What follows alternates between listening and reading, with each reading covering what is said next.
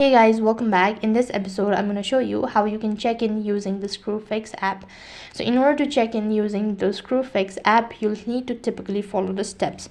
Now, first thing first, you'll have to download and install the Screwfix app from your Play Store or an Apple Store. And after that, you need to create an account.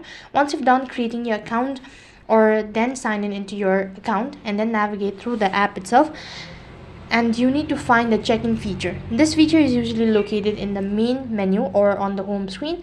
Look for the option related to order, purchase, or account management, and then you can just go ahead and tap on the check-in option, which may be labeled as check-in or track my order. Follow the prompt to complete the check-in process. You may need to select the specific order or services you're checking in for if you have multiple items or services, and after that you should be receiving a confirmation that your check-in was successful, and you may also receive update on the status of your order or services.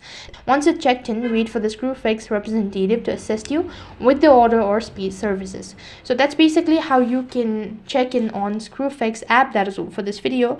I hope the video was helpful. Make sure to like, share and subscribe to our channel. Thank you for watching. See you in the next video.